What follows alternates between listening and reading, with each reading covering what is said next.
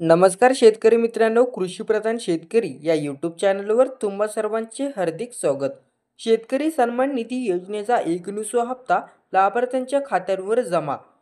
पंतप्रधान शेतकरी सन्मान निधी योजनेचा 19वा हप्ता फेब्रुवारीच्या तिसऱ्या आठवड्यात लाभार्थ्यांच्या खात्यावर जमा झाला.